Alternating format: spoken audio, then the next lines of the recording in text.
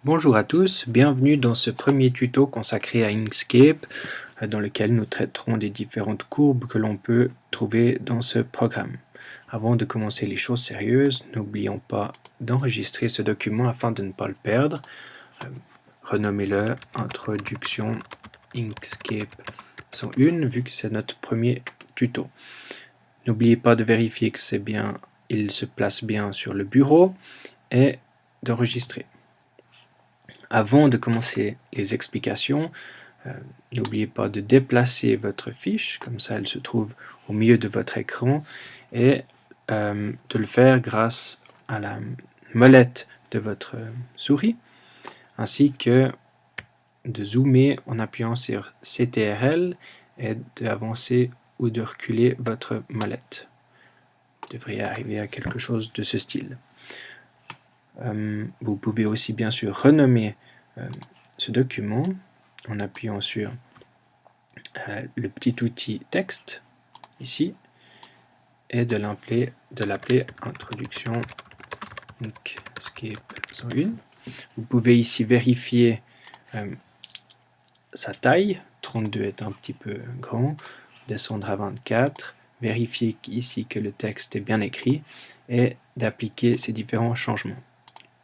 Afin de gagner du temps et de nous consacrer à ces courbes, vous pouvez faire clic de droite, dupliquer, déplacer, clic de droite, dupliquer, et ainsi de suite, afin d'avoir 3 titres et de les renommer du nom des courbes que nous allons utiliser aujourd'hui, à savoir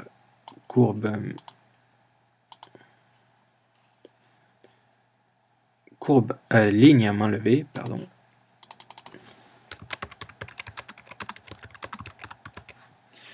Ensuite, courbe de Bézier.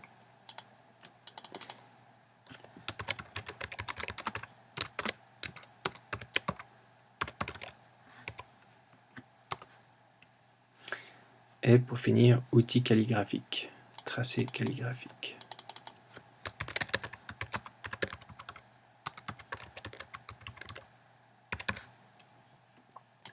Voilà. Pour les lignes à main levée, c'est donc cet outil. Nous avons deux styles différents, des lignes tout à fait droites et des lignes qu'on peut appeler vraiment à main levée. Pour les lignes droites, comme celle-ci,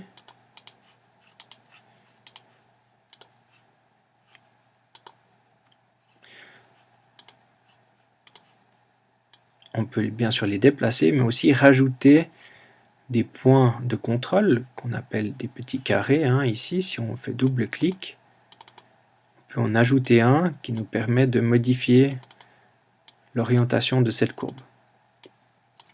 Cela peut être pratique lorsqu'on crée un logo, lorsqu'on veut écrire quelque chose, ça nous donne plus de précision.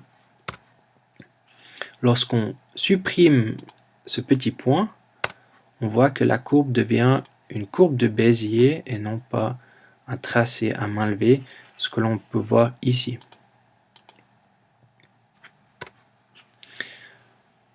Pour ces courbes-là, il y a aussi deux façons de faire différentes. Un clic, un deuxième clic, qui nous permet après, toujours avec cet outil, de modifier son orientation. Vous remarquerez que si on se rapproche d'un trait, la courbe est différente que si on se rapproche de l'autre carré.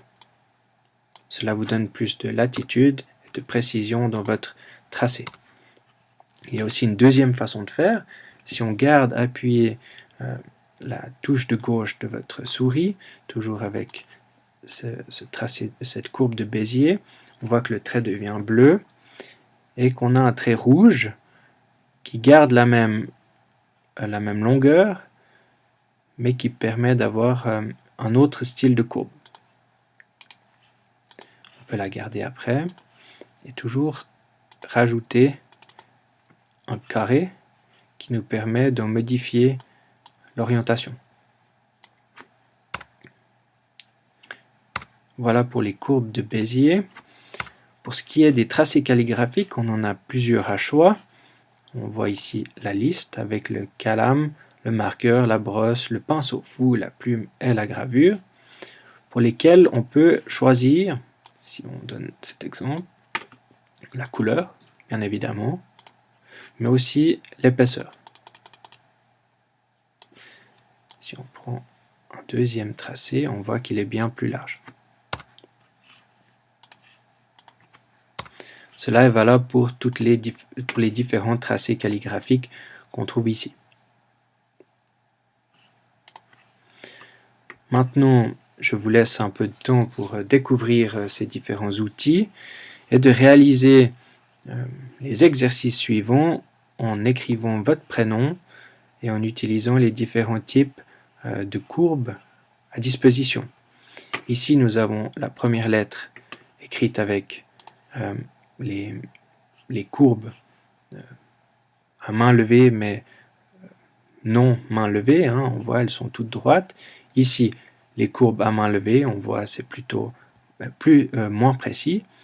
Ici, les courbes de Bézier, avec à chaque fois un différent angle et une autre variation dans la courbe.